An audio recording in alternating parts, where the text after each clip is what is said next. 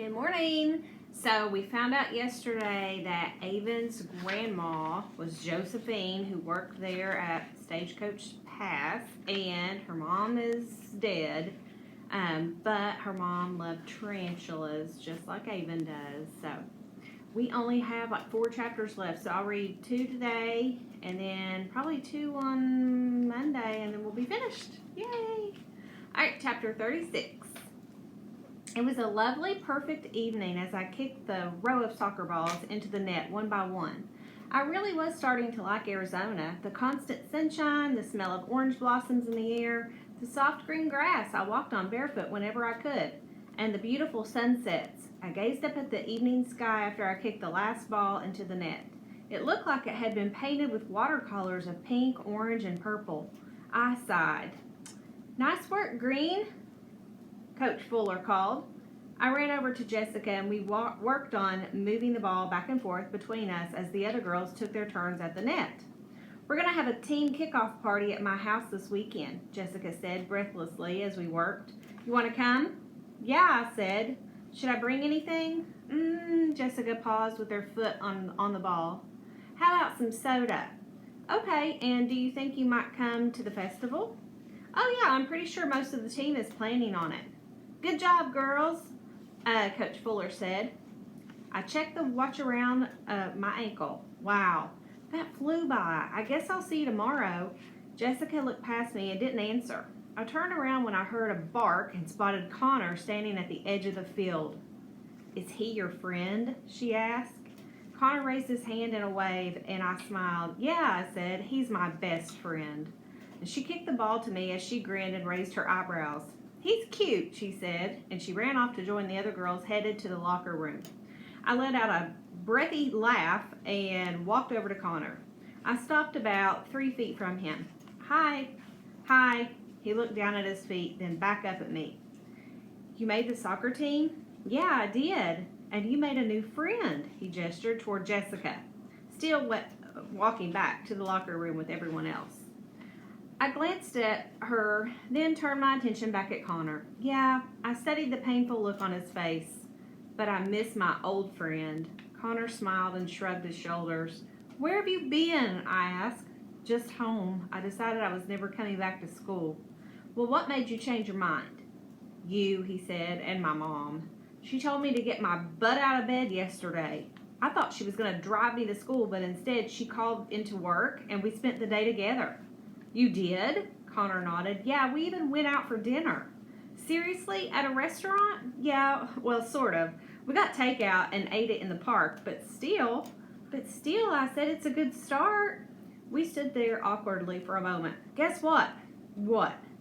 "Josephine, the lady who works at the steakhouse, she's my grandmother." His mouth hung open. "What?" I nodded. "Yeah, she's Joe Kavanaugh. She's the one who hired my parents." "Why?" she said. She wanted to meet me, and she wanted to meet me and make sure I was okay." "So who was the girl in the picture?" "My birth mother." "That's why she had arms." "What happened to her?" "Well, she died," I said, surprised to feel the knot in my throat, surprised at how much I wish I could have known her. "I'm sorry, Avon. Josephine gave me up because she didn't think she could care for me. I guess she thought she was doing the best thing for me." "I'm sure that's what she thought at the time," Connor said, "but obviously she regretted to have brought you out here." "Well, if she thinks she can just have a relationship with me after all this time, she's mistaken." I dug my cleat into the ground. "Well, of course," Connor agreed. "She must be a terrible person." "Well, I don't," and Connor grinned at me, and I narrowed my eyes at him. "I see what you're trying to do here. I don't think I'm ready to forgive her for abandoning me." "She didn't exactly leave you in a cave in the desert. How old is she?" 83. "So she was 70 when you were born. I bet she was thinking, holy cow pie, I'm going to be at near 90 by the time this here baby graduates high school. She'll have to push me in my wheelchair to the ceremony. That's going to be hard to do with her feet." "Your Texas accent is awful." "You get my point," he said. Maybe I do, maybe I don't. I smiled at the ground, kicking at the dirt with my cleat. Everything is really coming together for the festival. I think it's going to be a big success. Anything you do would be a big success, Avon. And my cheeks flushed at that compliment. I'm just sorry you're not going to be there. I looked up at him. It won't be the same without you. I'll think about it, okay, he said. That's the best I can do. I guess I'll have to accept it then. We stood there quietly for a minute, and my mom's going with me to the next meeting, Connor said. That's so great. Do you want to come with us? He frowned. I'm sure Dexter would love for you to be there. I'd love to be there for you, not for Dexter. Are you sure? Because I know he's so funny and all that. I'm sure, I said, and he's really not that funny. Connor smiled. I was also thinking maybe you could teach me a little bit on the guitar. See how it goes. I'd love to.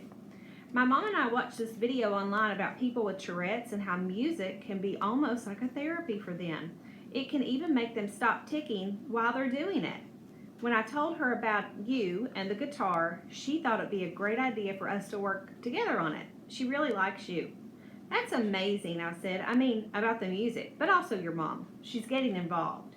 Yeah, because I'm letting her. You were right. It's because I'm so smart. I tossed my hair back over my shoulders. Yes, you are, Connor said. Even smart enough to be an astronaut. Aww. Okay, so that was 36. So they made up. They're friends again. All right, so let's do 37. The morning of the festival, I woke up before it was light out. I had so much to do and I couldn't wait to get started. The first thing I did was sit down at my computer and write a blog post. Come to Stagecoach Pass today for our festival. We'll have good food and art and fireworks. It'll be the most fun you've had since the last super fun time you had. I was frustrated for the first time in a long time at how long it took me to get my jeans on. In my excitement, I kept missing the button with my hook. But I eventually got it and rushed down out of the apartment and downstairs. Mom and Dad were already up and out in the park, making sure everything was in order. When Mom saw me, she said, "Get back upstairs and eat some breakfast." "I did," I said. "Liar," she said back. I made my way to the petting zoo to visit Spaghetti. I petted him with my foot and whispered to him, "It's going to be a busy day." And he lifted his head and looked at me lazily, then laid it back down like he was saying, "Maybe for you." I walked around Stagecoach Pass all morning trying to be useful, running errands for anyone and everyone, delivering messages, and making phone calls. By 9 o'clock, I was lightheaded with hunger, so I sat down with Josephine in the kitchen of the steakhouse and ate a bowl of beans. "Today's your big day," she said. I scooped a spoonful of beans carefully into my mouth, holding the spoon with my toes. "I forgot to ask you about something," I said. "What's that?" "I found an old necklace up on the hill. It's silver with a turquoise stone in it." "Was that still up there?" "We released Avon's ashes at the top of that hill. That was her favorite necklace, so I hung it on a little wooden cross. I figured it would be long gone by now, probably washed away in a monsoon. Could I see that necklace sometime?" "Sure." I put down my spoon and pushed the bowl away from me. "I'd better get going." I left the kitchen, hoping the awkward feeling I got around Josephine would go away in time. I walked outside and was disappointed to find people weren't already pouring into the entrance, and more disappointed that Connor wasn't out there. Around 10 o'clock, a few people trickled in, and as the morning wore on, the trickle became a steady flow. The flat jackaroos started playing on the newly cleaned stage around noon. I had no idea what to expect of breakfast entertainers, but they weren't bad. And except for a song about bacon and eggs Benedict thrown in here or there, they mostly played normal country music. By late afternoon, the parking lot was fuller than it had ever been. I wandered around enjoying the festivities and talking to the vendors about their art. I found Zion, and we ate an obscene amount of junk food together in the rodeo arena. He was normally so strict about what he ate, so I was glad to see him relax a bit about that. We watched a large group of kids in the petting zoo. Some of them even gave Spaghetti a little attention, though he didn't seem to care much. I introduced Zion to Josephine and Henry, shot a rubber snake at the shooting range, and even stuck my face through a wooden painting of a cactus so Zion could take a picture. and everywhere we went, I looked for Connor. At 6 o'clock, I left Zion and made my way to the apartment to get changed for the evening events. Mom and I had gone shopping together the day before to pick out a new dress for the festival, and she had laid it on my bed for me, perhaps worried I might pick something else to wear at the last minute. With a thumping heart, I carefully slipped the dress over my head and shimmied it down, tugging at the bottom with my toes. It took me a few minutes to get it all straightened and smooth, and I stood up and looked at myself in the mirror over my dresser. Mom walked up from behind and put her arms around me. "I like this look on you," she said, "but it's missing something." And she pulled a necklace out of her pocket and placed it around my neck. It was the turquoise necklace. Oh, I could see that she had had it cleaned and had the chain replaced. It looks beautiful with your pink dress. Thanks, Mom. That was very sweet of you to do this for me. You know, this was Avon's favorite necklace. Was it? Well then, it's extra special, isn't it? She squeezed my shoulder. I gazed at myself in the mirror, wondering if I was really going to go out in front of all the other people looking like this. "You know," Mom said, "I heard there are a lot of people out there who came today because of your blog." I looked up at her. "My blog?" "Yep. They said they love it. I don't know why. I don't have anything very interesting to say." Mom cupped my cheeks in her hands. "You, Avon Green, are the most interesting person I know." And she kissed me on the nose. As I walked toward the door, she said, "Would you like a sweater, Avon? It might get a little chilly tonight." And I shook my head. My shoulders have been covered long enough. They need to breathe. And she walked to me, slipped a finger under one of my spaghetti straps, and snapped it. Yes, they do. The sky looked like cotton candy as I made my way downstairs. I loved all the sounds and the smells of the festival. Corn dogs and kettle corn and chili and funnel cakes. Walking over to the flat jackaroos, I ran into Jessica and a large group of girls from soccer. "You guys came," I said, smiling hugely. "This is great, Avon," Jessica said, "and you look amazing." "Thanks," I blushed at the compliment. "You should come watch the music." As they walked behind me, I spotted Zion sitting at a table by himself, munching on a box of popcorn. I walked with the other girls over to him and introduced them, and he mumbled a hello to the girls as he stared at his feet and tried to hide his popcorn behind his back. I made my way to the stage and stood at the bottom of the steps. When the lead singer of the Flat Jackaroos saw me, he told the audience they had a special accompaniment, and I walked up the stairs to join them. He placed my guitar in front of a chair on the stage for me, and I sat down. But it wasn't my guitar.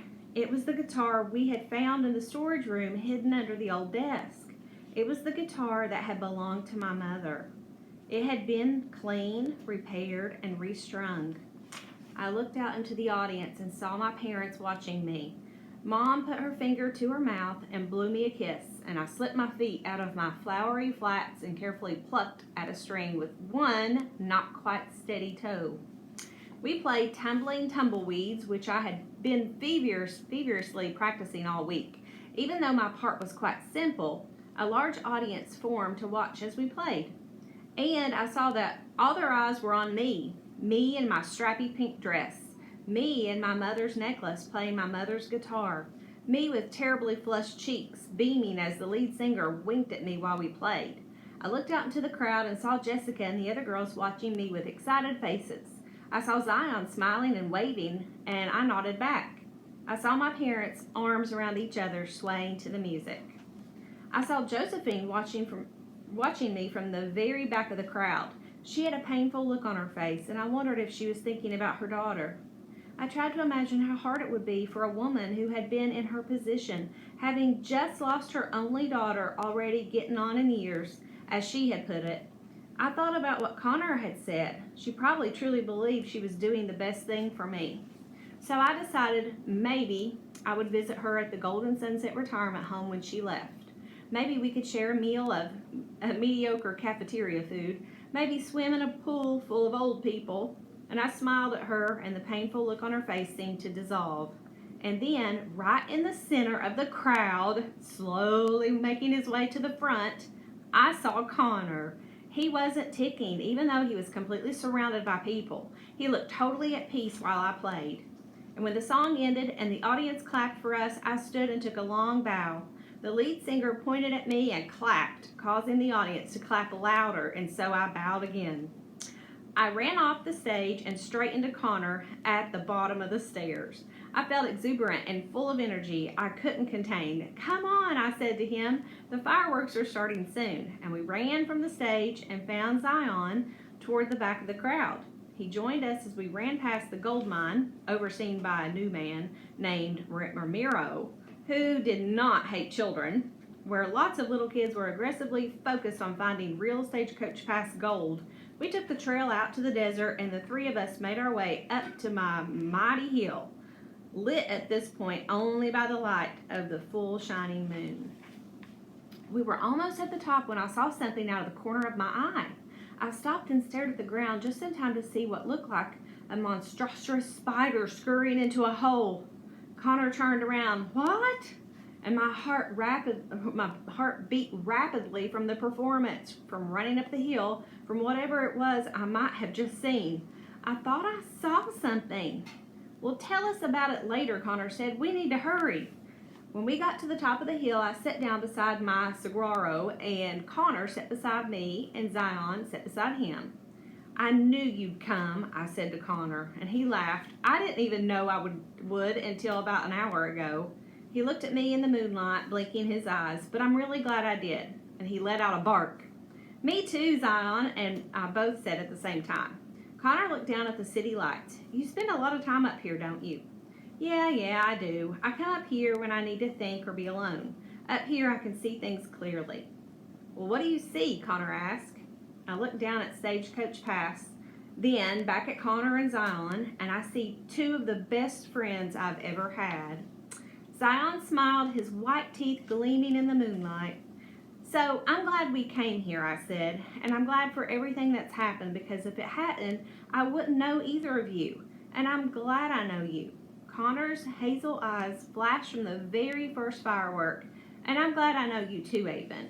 "Me too," Zion said. As the fireworks exploded over the lights of the city, millions of lights for millions of people, I didn't feel so insignificant anymore. I felt as big as the giant saguaro beside of me. I felt like I was shining, and this time I thought maybe it wasn't just the moon. Maybe the light was in me. Oh, what a good chapter. I want to cry. Okay, chapter 38 and 39 will be on Monday, and then we'll be done. All right, you guys have a great weekend. See you later.